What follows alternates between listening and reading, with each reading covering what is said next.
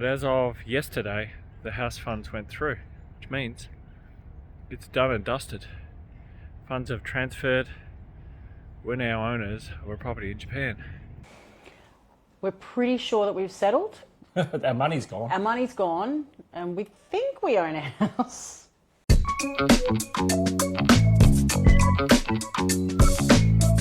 Well, week one of owning an IKEA, we think.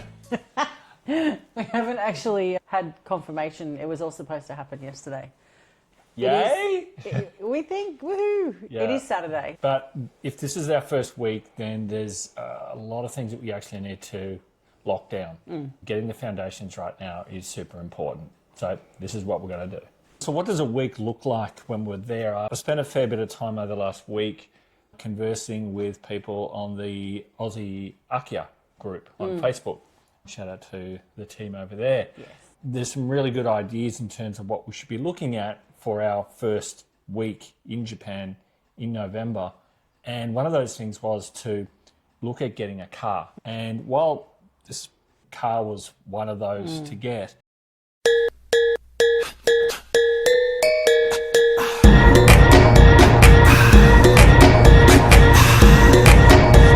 and a big one that I want to do is obviously go and meet the neighbours. I'm not paying until the job gets done. He can kiss my ass. What the hell are you on? Yes. That's super critical. We'd love to become known and be approachable. The other piece is making sure that the pipes are winterized. Yep. So we'll have to flush them out before we go. Understanding the neighbourhood fees. For the Neighbourhood association. I don't think it's very expensive. I'd like to know, obviously, who our street boss is, because that would be cool. Coordinate our visits from that point on to coincide so that we're actually there to be able to pitch in and help for some of those, like when they're doing their street tidy up and things like that. Mothballing. What does it actually mean? Hopefully it means that we're going to protect an asset that we've just bought, so it's going to still be there when we get there in February. We've got some real critical repairs that are locked in. So there is the crack in the underfloor. Yep. That we have to get sealed up to prevent the moisture. There is a downpipe that needs replacing. It's got a lot of deterioration in it. There was the front door lock. Yeah. So the front door's not locking properly. We need to get that done. Termites. So termites, yes. Termite inspection, treatment, and we want to get some sort of mould stuff looked at, and maybe some of those moisture absorber thingies. Yeah, for the underfloor. Yep. The budget we have for these items is For all 5 to that. 10K for these immediate repairs. We've got Rio to help us get the contractors in place. So that's really the next conversation we've got. What they do from a fee structure, we haven't yet got that document, so we haven't been able to review it in detail from our last call, but hopefully we'll be able to do that this week. We do have the insurance. Yep. So we've reviewed the different options that we had for that, and I'll be paying that invoice later today, which means the house is fully insured. So that's good. Yeah, how much was that again? It's just over $1,000 for the year. That's fire, flood, earthquake, pretty much anything that could happen to it. There was a major earthquake over there just this week. There's been some fatalities. It was down in the south, but certainly our thoughts are out for those that are impacted. Yep. Definitely, this is something that we're not used to here in Australia, and there's probably a good chance we will experience that in Japan at some point or another. Yeah, look after each other. So we want to get this right with the repairs. We can't take any shortcuts at this early stage because the winter is brutal in Yamagata, and that means that if we don't get the floor crack winterized and sealed, it could let in more water. If we don't get that downpipe fixed, it could let in more water. If we don't get that termite treatment rolling now, then we could leave ourselves really open for further damage and just end up costing us a lot more than what we've budgeted for. This is really where we want to do it. I'm confident that we will. Yeah. But again, not even a week in of owning it, then We think. we've got these things to check off. So yeah, keen to get cracking.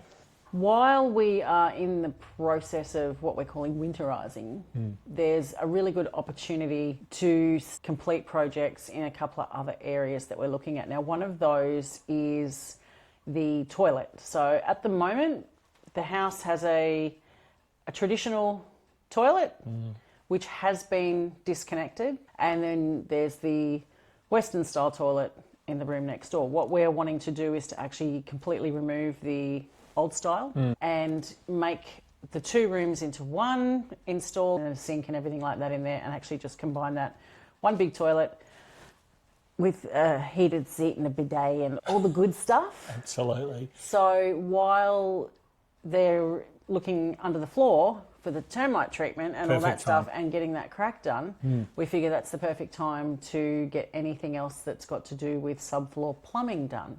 Again, we've got those 3 months that you say.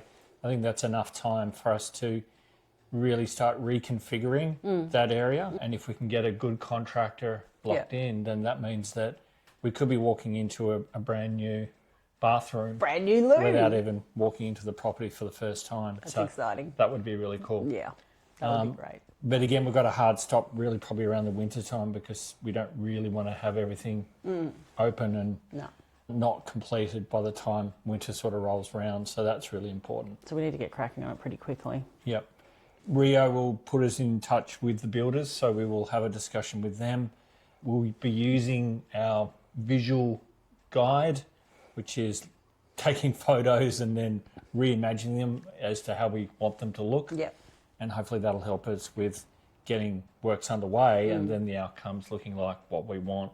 We want to try and maintain as much of the actual Japanese aesthetic as we can while doing whatever modifications we need to do to accommodate the fact that there's going to be groups of people staying there who may not be completely across Japanese customs and traditions. Facilities. Yeah, so we'll have a couple of Western style beds in there. We will keep a couple of the tatami rooms, I think. But as far as the decor and the layout goes, we're not deviating too much from what's already there. No, it's if just anything, going to we'll be restoring probably maintain a lot of it. There's some really good ideas in terms of what we should be looking at for our first week in Japan in November.